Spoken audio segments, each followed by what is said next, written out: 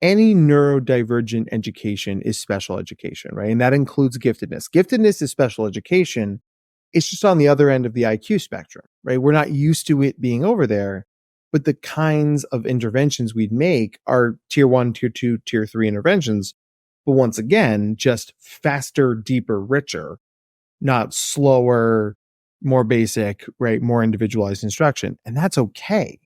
And really, the research shows this time and time again is the best practices in gifted education are just the best practices in education, full stop, right? And that's so cool, not only because it's wildly validating for what I do for a living, but it's also like, kids learn better when they can chase their interests. Kids learn better when they have a say in how they're assessed and what they learn. Welcome to Care More, Be Better, a podcast for people like you who care about the social impact of conscious companies and everyday heroes. Hear inspiring stories from those who put people and planet before profit and personal gain. You'll learn how you can make a difference, vote with your dollars, and get involved today. Here's your host, Corinna Bellizzi. Hello and welcome to another interview episode of Care More, Be Better. Today I invite you on a journey to care more about the neurodivergent people in your life, embracing them as a crucial part of creative innovation so we can build a better world together. Frankly, without people like us in the world might be a little bit less interesting, and perhaps it would stagnate. Today I'm joined by a doctor of psychology, Dr. Matthew Zakreski. Dr. Matt is a high-energy professional speaker and clinical psychologist who specializes in working with neurodivergent people, including the gifted, 2E, ADHD, autistic, and dyslexic. He has spoken more than 400 times all over the world on both stages and podcasts like this one about supporting neurodivergent people in all walks of life, from schools to colleges to the workplace to your life. Dr. Matt Zakreski, thank you so much for joining us. Welcome to the show. Thank you for having me. You have the coolest intro of any podcast I've ever been on. I was like, it was in the waiting room, getting hype. I'm like, let's do this. Get you a little pumped up before we go. There's a reason I play it for you. Now, I always like to start these conversations really getting a feel for what led our guests to this moment, and in particular, this path in life.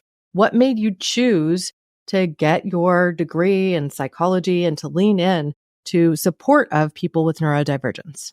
Ooh, I mean, I think very much that I didn't find this job found me, right? I grew up as a gifted kid in New Jersey in the 90s. I also have ADHD, but no one figured that out until high school because I was so smart. I kept getting away with stuff.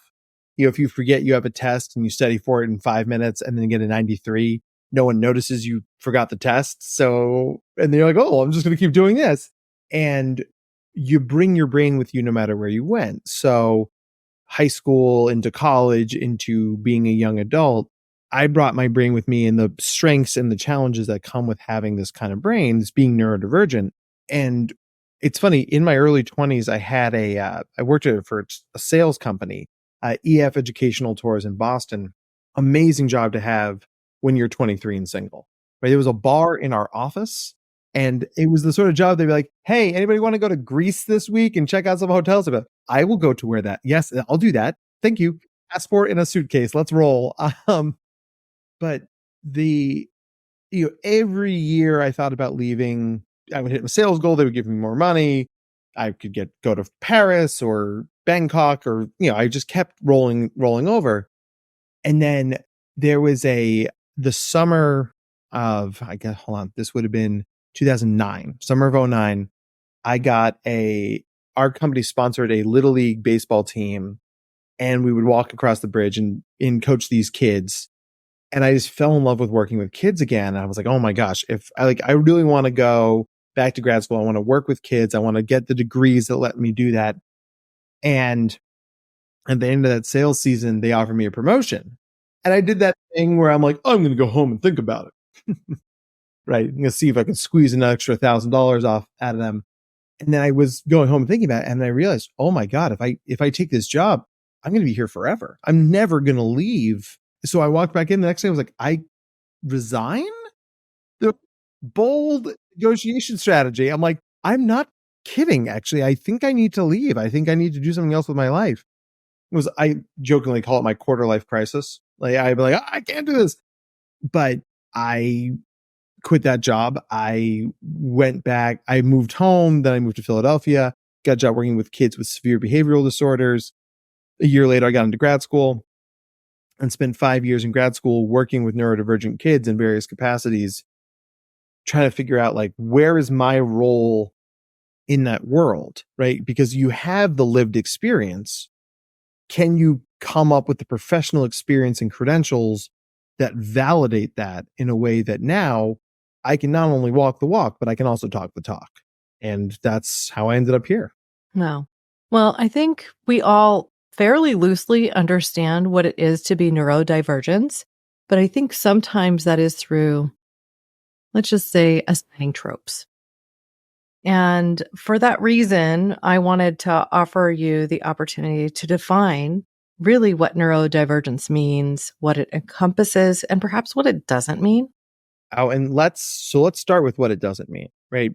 People will use the word neurodivergent as a synonym for autism, right? It's a common thing you see a lot online, and autism is aptly under the neurodivergence umbrella, but it's not the only thing in there, right? There are other things like ADHD, dyslexia, dysgraphia, OCD, giftedness that are all under this neurodivergent umbrella.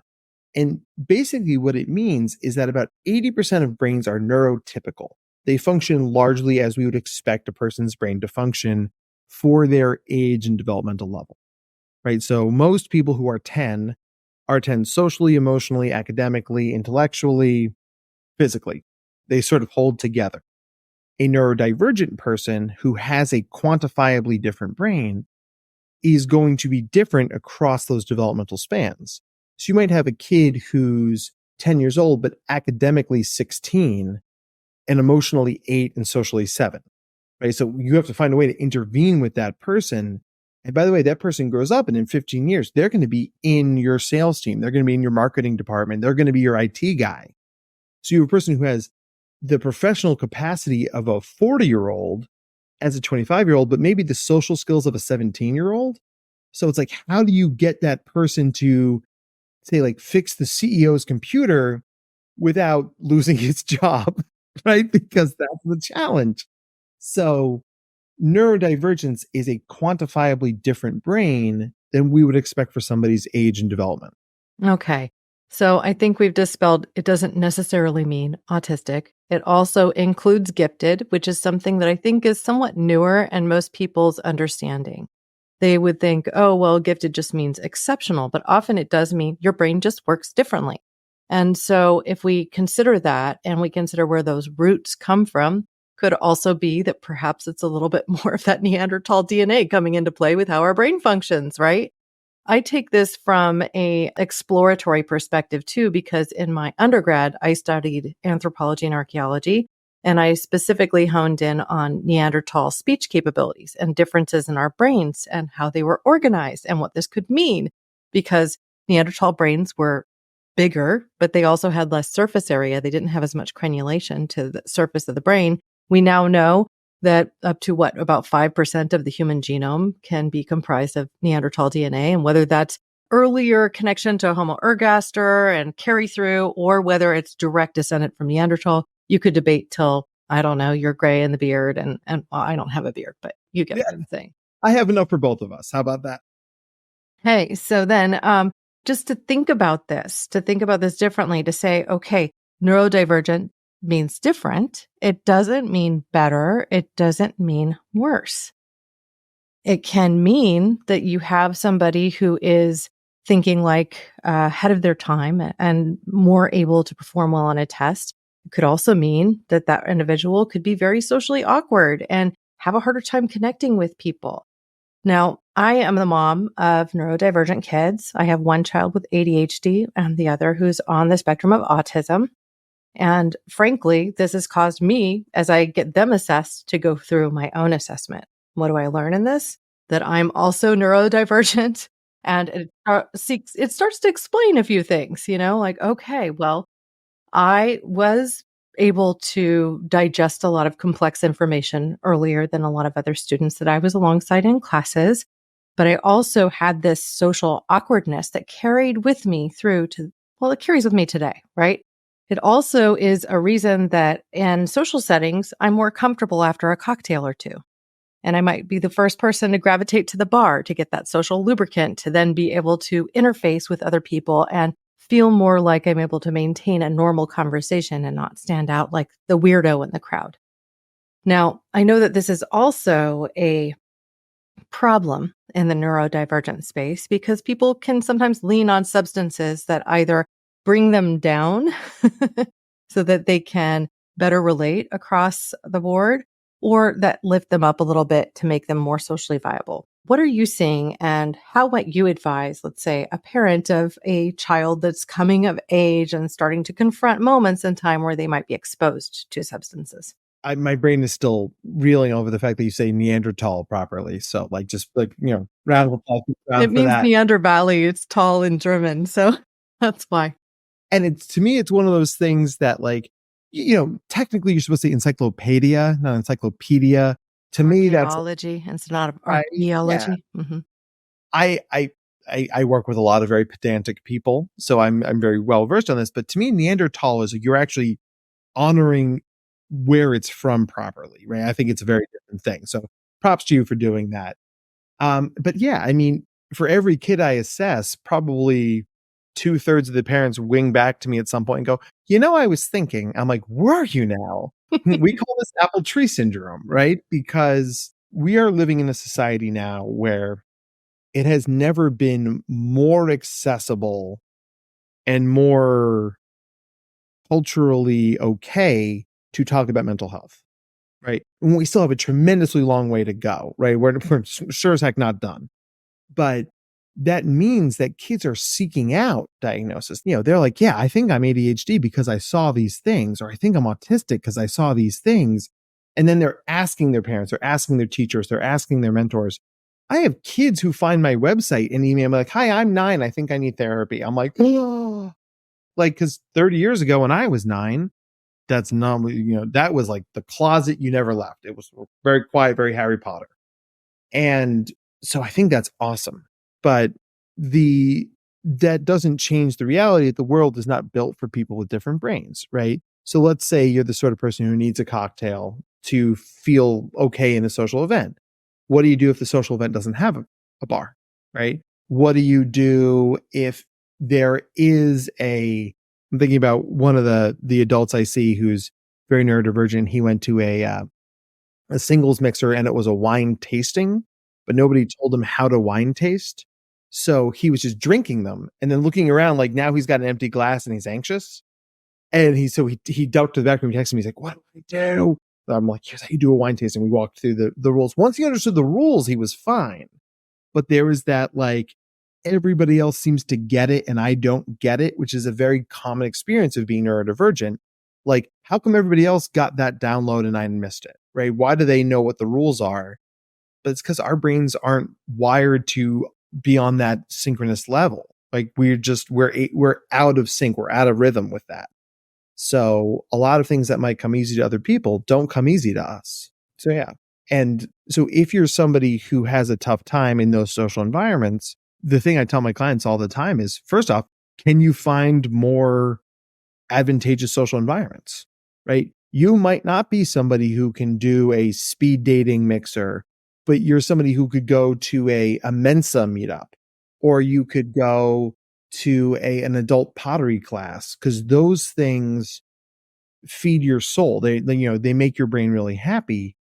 And whatever people you're going to meet in those spaces are just so much more likely to be wired like you're wired and vibe like you vibe.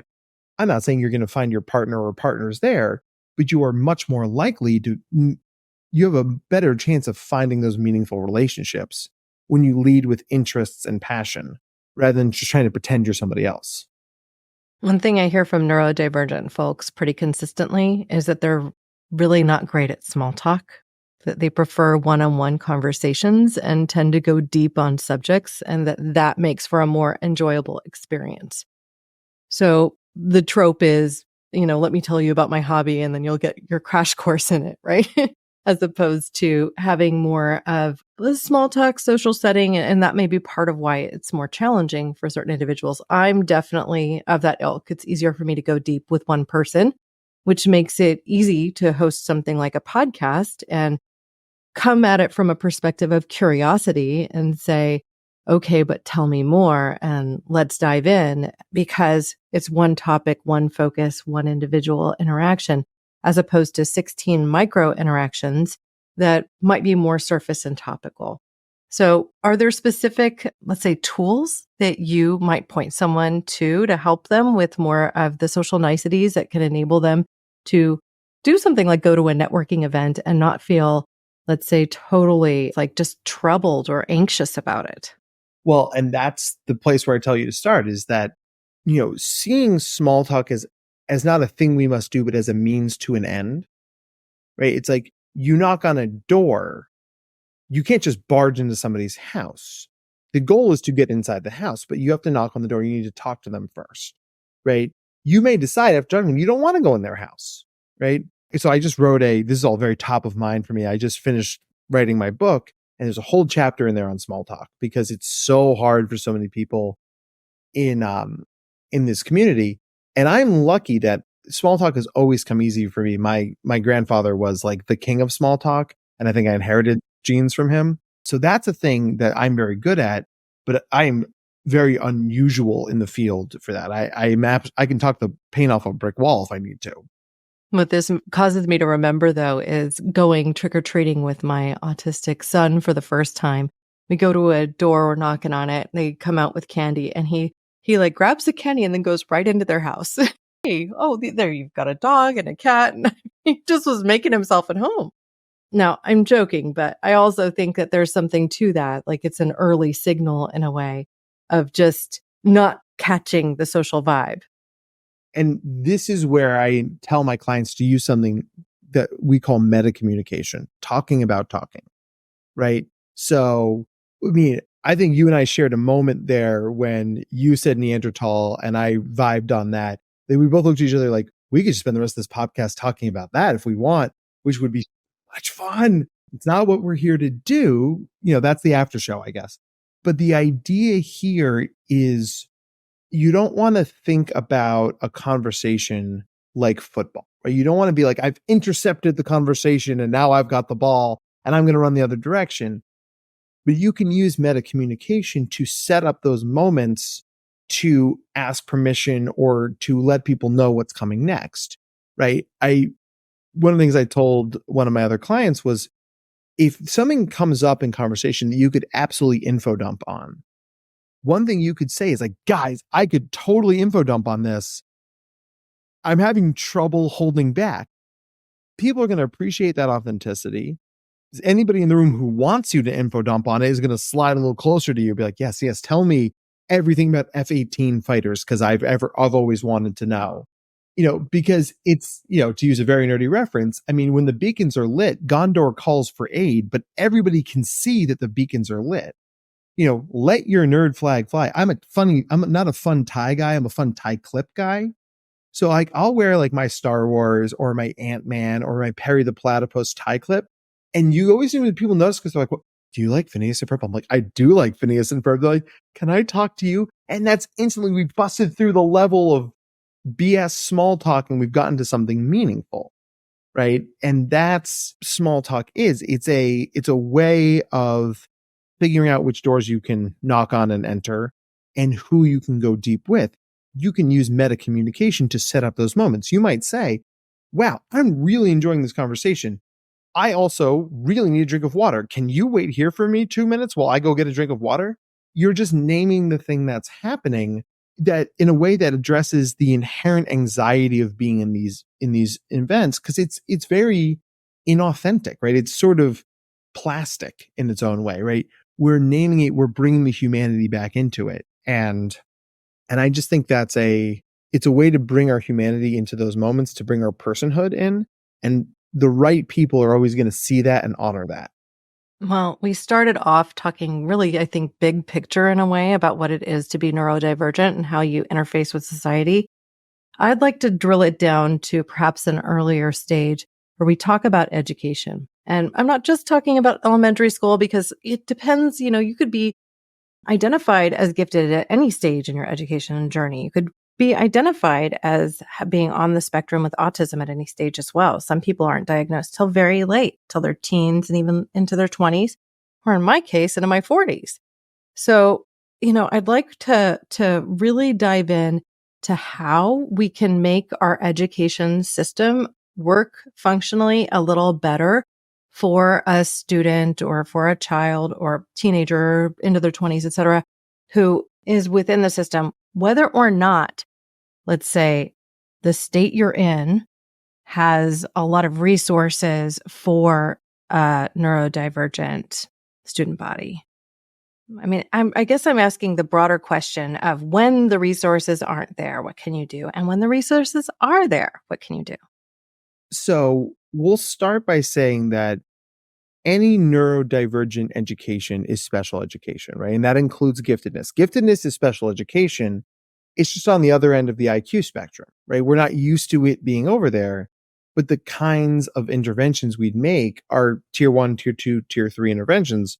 But once again, just faster, deeper, richer, not slower, more basic, right? More individualized instruction. And that's okay, right? What we're doing is, and really the research shows this time and time again, is the best practices in gifted education are just the best practices in education, full stop, right? And that's so cool, not only because it's wildly validating for what I do for a living, but it's also like, kids learn better when they can chase their interests.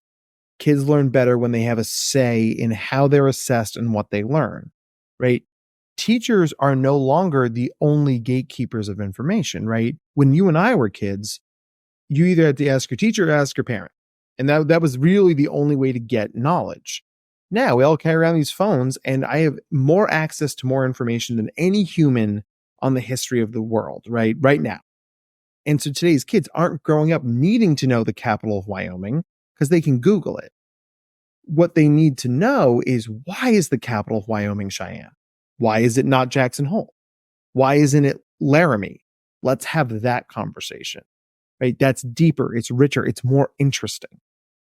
And through the lens of what we call interest-based learning, or IBL, you see kids learn the foundational academic skills that they need to pursue their interests while pursuing their interests. So you have a kid who, say, wants to learn about the history of comic books in America. Well, okay, you need to learn how to read, you need to learn how to write, you need to learn how to do those things. But those kids are much more willing to engage in instruction that allows them to engage with their materials of choice than they are like when the teacher arbitrarily decides you're going to read Wind in the Willows. Now, I happen to love Wind in the Willows. It's a classic, in my opinion. Another kid wouldn't want to read that. So why not let that kid read Minecraft books or Cam Jansen or Pokemon manga? Like, the foundational skills of reading and making meaning from text, that's what we want our kids to learn. What it looks like is, I would argue, secondary. Well, to your point, and earlier when you mentioned that Gondor is calling, I automatically know that you're a Lord of the Rings fan. And my son, who's 9 years old, all he wants to read are books that relate to Lord of the Rings. So he has read The Hobbit. He is reading Lord of the Rings. He has read something of Huron. I never even heard of that book before, but it's apparently like a prequel that was published after J.R.R. Tolkien's death, but had been in the vault, so to speak. So, I mean, gosh, here he was at 8 and 9 years old reading above his level, but I could sit there and painfully try to get him to read something of his level, or let him read something that was, let's say, a few letters above what he was supposed to be engaging with.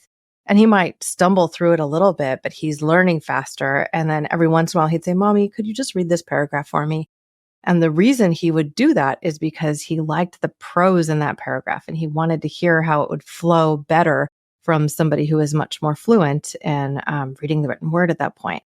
So, I mean, again, leaning into something that he enjoys versus what he's asked to read, I think has helped him to get over the attention hurdle since he is somebody who suffers from ADHD somewhat painfully as I'm trying to sit down and do homework with them. Now, I think that there are generally speaking concerns, let's say, when you have a parent who has a child who is diagnosed as being neurodivergent in any way, whether you hear that they're gifted or that they suffer from some sort of a learning disability or delay. They might have dyslexia and have a harder time getting to learn to read, or I'm forgetting the other word for when you're math dyslexic. What was that? I think you mentioned it briefly. Dyscalculia. It's a hard word to say. Dyscalculia. Yeah. So if they suffer from one of these, it makes it harder for them to pass a standardized test. So that can introduce some hurdles as well. My point is that overall, a parent comes from a place of concern, like, oh no, what do I do? How do I support my child's health and development, their learning journey, ensure that they're accepted socially, that they are able to function and participate in things like sports? What would you say to that individual? So the most important thing we do, and I think this applies to whether you're a parent, a professional, a CEO, a teacher, whatever your thing might be, you have to work with the people you have, not the people you wish you had. And it's so hard for a lot of parents. And as a dad myself, like I say, it seems to be harder for dads that parent the kid you have, not the kid you wish you had. Right. And since so many neurodivergent people, if we're speaking very broadly, are not so much into the whole sports thing, a lot of dads are like, but I was a high school football star. I'm like, and that is spectacular. And your kid's going to do marching band and LARP on weekends. And we got to find a way to be okay with that. Oh, that's your kid's bliss, right? I personally would do great with your kid because I love Lord of the Rings and I can absolutely talk about the desolation of Smaug if we really needed to. But if your kid was like a Doctor Who person, not really a doctor, like I've never really fell in love with Doctor Who, right? That's not part of my nerd world. And that's okay. I can find you somebody who is into that. So when you meet a person where they are, not only does this become a moment of connection, but it becomes a moment of equity. Everybody gets what they need.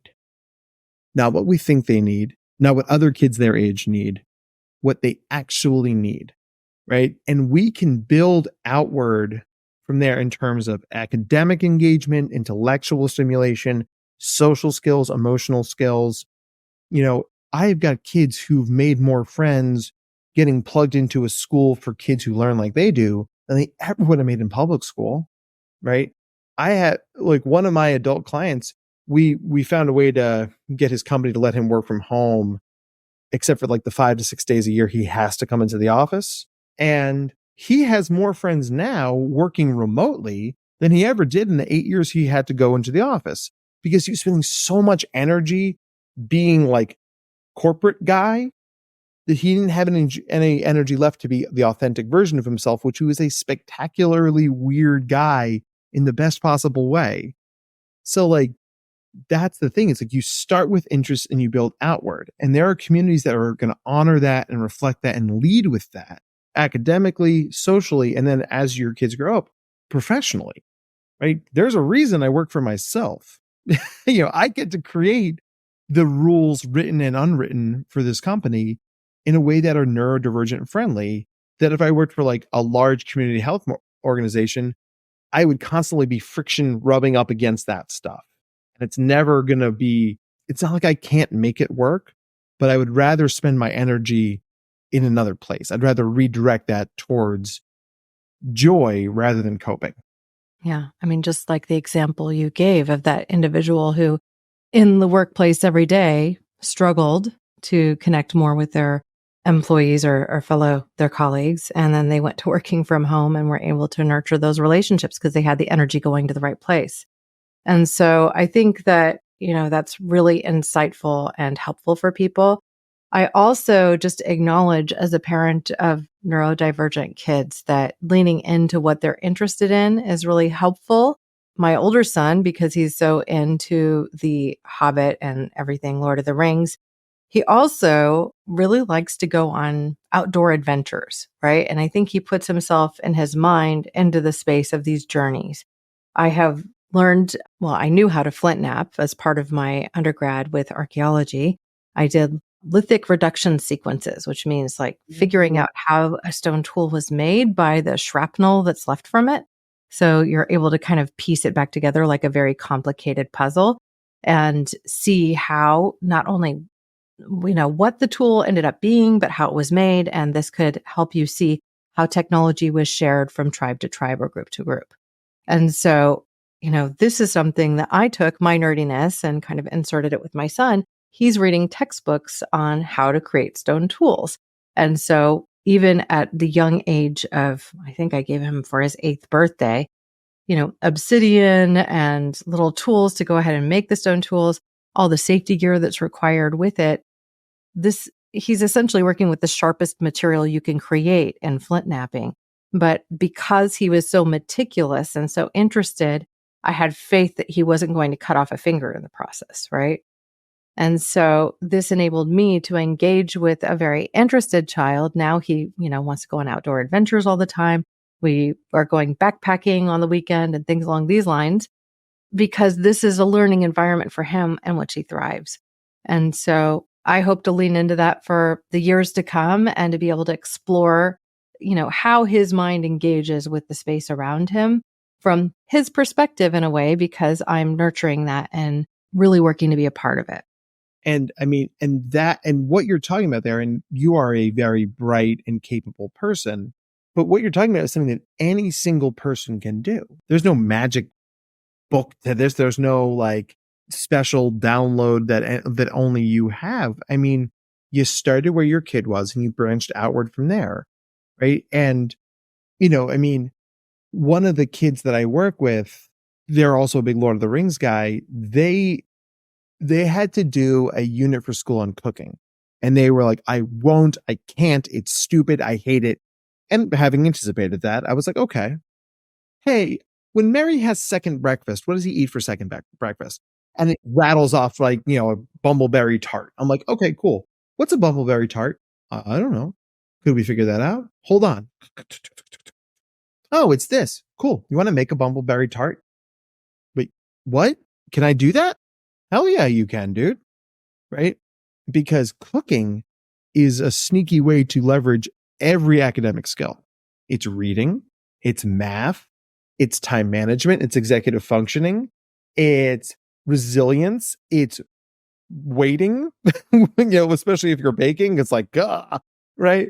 But it's the idea of that kid is going to learn all those skills through the lens of his interests and level up in so many ways rather than saying like, we have decided you're making a croissant. And he's like, I want to get a croissant. Like, well, tough. That's what we've decided. Right. And the idea here and the reason that neurodivergence fits so well into the social justice world of this, right, is that giving people what they need is a piece of social justice. It's an equity thing. Right? It isn't just like, oh gosh, we should try to do this. No, it's like, this is what people deserve, right? You deserve to be honored and celebrated and seen for who you are, from the color of your skin to who you love to how your brain works and a million other factors I'm not talking about, right? And that's why, and one of the things that neurodivergent people tend to have in common is a strong sense of justice, right? I was one of those people as a kid who like, there's a homeless person outside. Why? Well, some people are homeless. Why? Why aren't we doing anything about this? Fix it immediately. Like I couldn't let it go. Right. So why do I get so passionate about fighting for my clients in school and at work? It's like, because this is a fundamental human right. Your kiddo deserves to live a world where his brain is honored, not considered some baggage he's got to drag across the threshold. Really. And like, how dare we? How dare we think that way? Well, this is part of why I asked that earlier question about what do you do when the resources are there and when they aren't? Because right now I feel like a lot of the support that you're talking about and creating systems that enable us to honor the individual, they're on the ballot this year. We've already heard from Donald Trump, for instance, that, he wants to gut education. And really, this is something we saw in microcosm when he was in the presidency last time with Betsy DeVos, taking away a lot of resources that public schools had. Now, I happen to live in California, and living in California, there are certain things that our state provides that you don't get in other spaces. Now, I have pretty intense support, what I would say is intensive support, both through my healthcare and through the school, because I do have, why am I forgetting the initials now for this thing? Because I filed an IEP, right? To ensure that which is an intervention education program for my kids, to make sure that they get the resources they need to have the best possible education journey possible. For my ADHD child, this means he has a trouble focusing in class on projects that take perhaps too long for his brain, right? So he gets pulled out more frequently and to focus on different things and to get more one-on-one support to help him finish some of those longer term projects, but also to keep him engaged, because an engaged child learns and one that's disengaged becomes a distraction in the classroom, right? Then we also have my younger son, who is on the spectrum of autism, and his primary issue is social. He has a harder time in group settings and group projects engaging. It's like he lacks the confidence in a way to be able to really participate in a group setting. And so he needs more one-on-one for that reason, to be able to gain that confidence and be able to move forward in a healthy and productive way. Both of them are getting these levels of support because not only do we have the infrastructure here and the personnel and staff that can supply it, but because we're actively involved in their education. And, so they have us advocating for them. But in many cases, especially when you have both parents working and you're in an area where there's just less support for these things, your journey could be really hampered. So what do we do? The single biggest bang for the buck that we get when advocating for these kids is thinking about where and how the education is delivered, right? So public schools are required to meet the educational needs of a kid. And on the surface, that sounds like great policy. In practice, it doesn't always happen, especially for bright kids, right? My colleagues in North Carolina, the name of their North Carolina Association for Gifted Children podcast is They'll Be Fine, because that's what people say about gifted kids. Like, they'll be fine. They won't, right? So the point here is that your kids' needs deserve to be met in school. If that's a grade skip, if that's acceleration, if that's enrichment, right? There are things that you can advocate for. In whatever state you're in, you probably have a state gifted organization. California's is particularly strong, that will provide local meetups, statewide support. They know who to call and contact and ask to make the changes in that public school environment. Now, if you can't make that happen, you can absolutely get your public school to pay for your kid to go to specialty school, because neurodivergence is a piece of special education. And under FAPE, if your school district can't meet your kids' needs, they have to pay for you to get educated somewhere where they can. So for a lot of my kids, especially kids who are twice exceptional, right? So gifted plus another neurodivergence, usually ADHD, autism, dyslexia, we will leverage that to get them at a school that works for gifted or twice exceptional kids, because that school is a specialized environment that's going to get that person's needs met. It's not dissimilar to having people in corporations nested in ERGs that are neurodivergent affirming, right? I mean, I just did a training for IBM about their ERG for their neurodivergent people. And I'm like, oh my God, y'all are my people. I love talking to you guys because, yes, I get you guys are getting my nerdy Star Trek references. I'm here for that, right? That's awesome, because if you just sort of let them on the savannah, they would get picked off by lions, right? That's a problem. We need to give people safe spaces.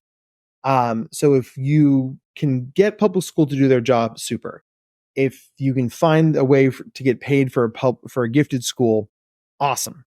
That school doesn't necessarily need to be in person, though I tend to prefer that. There are lots of great online gifted schools, some of which are synchronous. So you log in at X o'clock and that's when the classes are. Some of them are asynchronous, where it's like, hey, you'll meet with your coach once or twice a week, but then all the classes are in the cloud and you just learn them when you're ready. Right. And some kids race through that content and some kids take their sweet time and do it in bits of, drips and drabs. So that's another educational model that works for a lot of kids. And then last but not least, let's talk about homeschool. Probably the single biggest change I've made since I've started working with this community professionally is how I feel about homeschool. I will admit, I used to think homeschool was for religious nut jobs and weirdos. And now it's like, oh no, for a lot of people, not only is this the only option, it's actually the best option, because then you can fully customize from when your kid wakes up to what they want to do, to how they do it, right? I mean, if you have a kid in public high school and they want to take art all day, and the way their schedule is they have art 8th period, they've got to wait all freaking day to get to 8th period to do art. You are setting that kid up to fail. You are setting them to school with a lit fuse, right? Whereas if that kid was homeschooled, it's like, Mom, I want to do art this morning. Cool.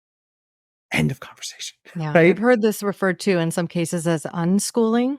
Unschooling, yes. So right? I was really curious about it when I first heard about it. I'm like, what is unschooling? Oh, well, they're basically taking this approach of unpacking how you would make a traditional education happen in a public setting and focusing more on what I kind of initially referred to as some of the alternative schooling systems, usually for young children.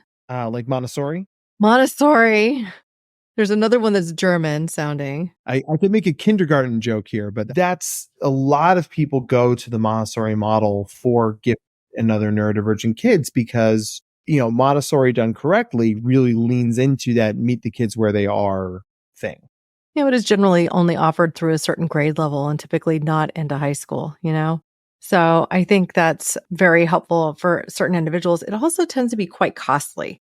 And so it becomes something that's only available then to people who have some privilege already, right? Because even if you were to have some funding support from the government, it typically wouldn't cover all of the costs of going to, let's say, one of these Montessori programs. And that to me is definitely part of the problem because giftedness has this association as being elitist. And while I think being gifted is not itself elite, right? It's your brain works differently. You can do some stuff other people can't do, sure, but there are some things other people can do that you can't do, right?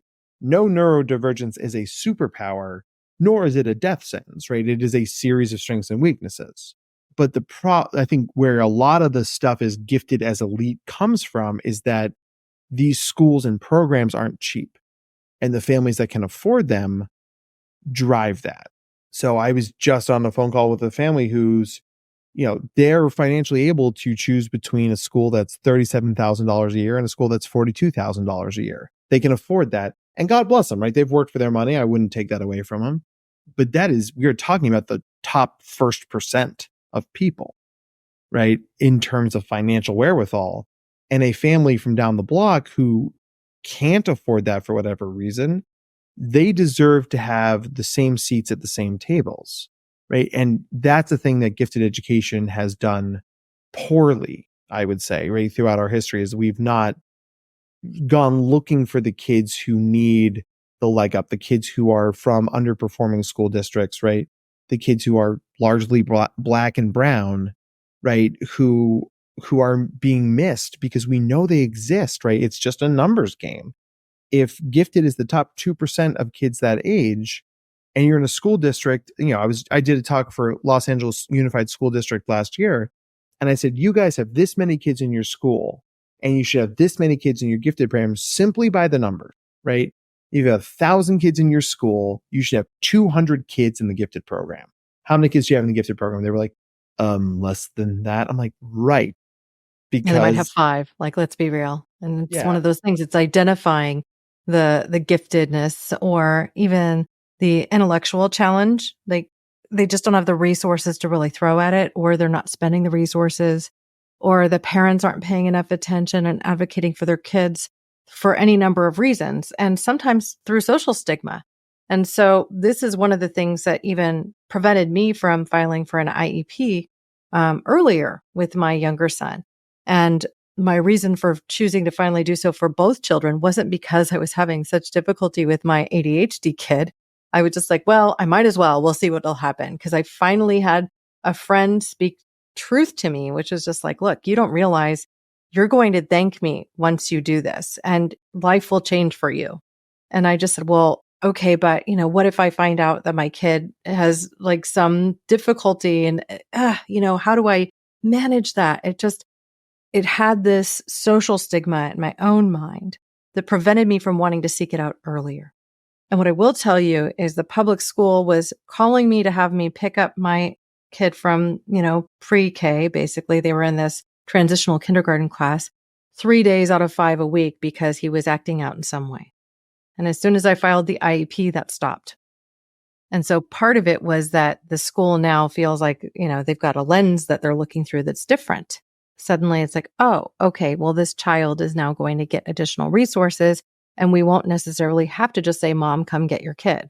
So I think that we need to be honest with ourselves too about what our prejudices are. And is that driving your decision to even put more, even consider whether you need more resources?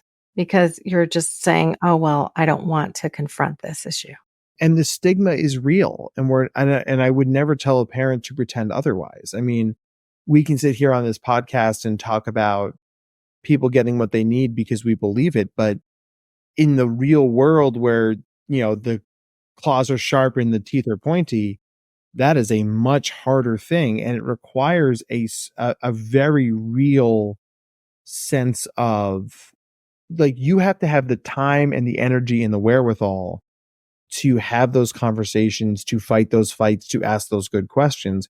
It takes time and money to talk to somebody like me. It takes time and money to fight the school, right? A lot of families are just, it's enough to get the kids' shoes on the right feet and out the door in the morning, right? And that's when that's when it makes more sense to tap into resources like collectives, educational advocates, somebody who can do the grunt work for you, because it's a lot to take on itself. That's why I do so much advocacy as part of my job, because I can't ask the parent to take on anything more, right? I'll say, partner with me, like, let's see what you're able to do and I'll do the rest, right? But I'd go to those meetings because, first off, like, they don't have to like me. I'm a hired gun, right? You have to maintain a relationship with the district. If your kid's going to play soccer or be in the orchestra or, do state testing or get picked up when they have a fever, like, they got to like you. They don't have to like me, right? So you've helped me perfectly segue into what will be this last stage of our interview here. Really, what is it that you do as a service? I know you're going to be speaking at an event this Friday as we're recording this in my backyard and kind of the Berkeley area. So what is it that you do as a service? And if you wanted to give us a preview into this book that you have just completed writing, I'd love for you to do that as well. And what you did was perfect meta communication, by the way. You named the thing that was happening and you used it as a transition. And everybody who is listening to this goes, oh, I know what's about to happen. That was perfect meta communication. Nicely done. Thank you. Right. And it's not some skill we don't have or need to learn. We all do it. It's just doing it with intention. That's what makes it cool. Okay. So working with neurodivergent people is a global job. So it's therapy, it's consulting, it's working with the people in that person's life. I was trained to what we call the systems model of therapy, in that every system that a person interacts in, their family, their romantic partner or partners, their activities in the community, their education, their job, we could keep going. Each one of them brings a certain set of psychological strengths and a certain set of psychological weaknesses. By addressing all of those systems, we can adapt them as best we can to that person's needs, right? Sometimes that's as simple as like, hey, let's not write this person up if they get to work at 9:07, right? Because they have ADHD and it's hard to get out the door in the morning, as long as they're aware that they have to work to 5:07 if they get there at 9:07, right? That's an easy accommodation. Anybody can do that. So the idea is that I'm going to try and make your environments as as friendly and accommodating to you as possible while I'm working with you to build the skills necessary to navigate those systems. Right? The whole idea of therapy is that you don't need me forever. You shouldn't need me forever. You'll need me for as long as you do. That might be 2 months or 2 years or 20 years. I don't know. It's not my call. But the idea is that I'm teaching you how to ride a bike. I'm not always going to be your training wheels. And my book is really sort of designed to be a pocket version of me. It's like my most popular talks and my most popular therapy sayings and practices sort of distilled into 99,460 words. The editor will, I'm sure, cut that down a little bit, but that's the current number. It's all about practical strategies, right? I'm not a ivory tower guy. I'm a boots on the ground guy. I get my hands dirty. And so this stuff works because I use it, because my clients use it. So this isn't like, in a situation like this, all you need to do are these 3 things and you'll be fine, because that's ridiculous. Life doesn't work that way. But it's like, hey, here are the parts of this you can control. Focus on doing these couple of things and give yourself permission to tap out when you're done. Then you can navigate dinner at your boss's office, a blind date, being stuck on a subway car underground, or any other combination of things, right? Because it's about empowerment, and empowerment comes from a place of understanding who you are and how your brain works. That's fantastic. Do you have a working title for your book? So it's called The Neurodivergent Playbook, Cracking the Code of a World Not Built for Us. So it's all about this idea of the world, 80% of people are neurotypical. They built the world, they built the systems, they wrote the rules, both spoken and unspoken. Neurodivergent people are sometimes run afoul of those rules because our brains aren't wired to pick up on that stuff. So, and I realize it's a theme that has come across seeing hundreds of therapy clients over the years. It's like, why does everybody else know this stuff and I don't? Like, was there an email? Did I miss the email? So it's like, let's name that stuff. Let's bring that out. If therapy is anything, it's making unspoken things spoken. And that's what this book is trying to do, right? It's like, I'm going to name the thing that you've been sort of grappling with in the back of your head for the last 10 years. Now you realize there's a name for it. Now you realize there are strategies to minimize that or navigate it. You're empowered, you're leveled up, and you are much more able to navigate the world. I mean, everyone wins in that scenario. I love it. Now, I have to ask you, what was the favorite talk you've ever given? Favorite in terms of title or favorite in terms of like setting? No, in terms of topic, I think. Like your favorite talk to give. My favorite talk to give is my talk on imposter syndrome. And because it's the topic where you see those light bulbs go off. Mm-hmm. Neurodivergent people are very susceptible to imposter syndrome, because imposter syndrome happens when you are made to feel different from your environment. That can be overt, like you're the only person in a wheelchair in your office, or it can be covert, like I have ADHD and I can't tell anybody, right? That feeling of difference creates a different pathway to success. That different pathway says, I'm a fraud, I'm an imposter, I don't belong here. And there's a lot of downstream mental health outcomes from it that are not so super. So leading with that, right? That's a talk that I've given probably 100 times at this point. And it's it's something that always resonates with people, specifically because of the way neurodivergent people load into that space. So I imagine that you can find that talk somewhere online, perhaps on your site. Yeah, it's on my Vimeo page. It's on YouTube. And if you really want to email me, and I'll send it to you. I try to send all my stuff openly if I can.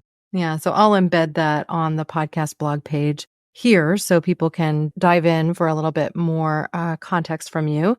I imagine it's also going to be in your book. When are you planning the release? So the book comes out, it should be available for pre-sale around Labor Day. And then copies will be going out in late September, because this fall I'm doing 4 state gifted conferences back to back to back to back. Alabama, Tennessee, Illinois, and then Indiana. So fantastic. Yeah, well, when it's ready, let's say I'm going to put my hat in the ring and offer to be an ARC reader, which is an advanced reader copy. I am very good at finding issues in a book that need to be resolved that most people overlook. So, and minor issues, like you'll see, oh, this seems to be a thread to an earlier thought that wasn't continued or perhaps was taken out in fiction and in nonfiction. It's a powerful skill of mine. I would be, not only would I be honored to have you be a part of that, but frankly, it's a thing I need, right? I know enough about myself. My kingdom for a good editor, right? Because my brain makes lots of sense to me. Well, and I've seen books that get edited by more than one person, and there still is just an artifact from an earlier edit that it's like you've read the text so many times that you've replaced it in your mind. So yeah, I don't know that I'm the best editor in the world, but very good at copy work in the end of the day. So yeah. I have great confidence in you, so I will absolutely send that your way. Love it. Listen, I've so appreciated today's conversation. I would love to offer you just a moment to give us closing thoughts. Perhaps it's the idea that you want people to walk away from today's conversation thinking about. So knowledge is power. And, this circles back to a thing we said earlier that, the stigma and like, oh my gosh, like what if I find something through the diagnosis process I'm not happy with? It is always better to know that you're a zebra, not a weird horse. And the reason I lead with neuroscience when I talk about the things I talk about is because those labels have meaning that we can attach to brain science. Because if it's not those labels, the labels our kids get are things like jerk, difficult, defiant, unteachable, bad employee, bad partner, right? The more you understand about how your brain works, the more you can lead with into the world through strength and knowledge, right? And you use that, neurodivergence is never an excuse, but it's always context, right? If you're somebody with sensory needs, that's going to show up for you in a lot of different places. But if you feel empowered to share that with people, then they know more about how to help you and you feel more helped and you do better and everybody wins. So knowledge is power. I love that. Thank you so much, Dr. Matt. I hope that you'll come back on at some point in the near future, perhaps to talk about this book as it's prepared to release, the Neurodivergent Playbook. And we can dive into imposter syndrome because it's something I'm sure our audience would enjoy. Thank you so much for joining me today. Thanks for having me. To find out more about Dr. Matt Zakreski and his work, visit drmattzakreski.com. And if you have trouble spelling that one, just go to our show notes where we will provide all the links that you need, including the expanded blog page on caremorebebetter.com. This will include the video version of this podcast episode, and I will also embed his talk on imposter syndrome. Now, as a reminder, we're preparing to launch our new Cause Before Commerce site this summer. It's called circleb.co. This site will host the same great content you find today on caremorebebetter.com, while also providing helpful resources and tools to live a little greener and a little more socially responsible and locally engaged. You'll find how-to guides about DIY tools to renew what you have, replace what you buy, and reduce waste. We will also offer plastic-free products from housewares and clothing to supplements and personal care items, which are circular in design that minimize waste and that ultimately help you live greener. You can explore our landing page today at circleb.co. Just visit that site now. Thank you, listeners and watchers, now and always, for being a part of this pod and this community, because together we really can do so much more. We can care more, we can be better, we can even create neurodivergent, accepting communities that enable all people to reach their absolute best. Thank you. Thanks for listening to Care More, Be Better, a podcast for social good. To make sure you never miss an episode, subscribe, rate, and review wherever you listen to podcasts, and share with your friends to help us reach more people and spread more social good.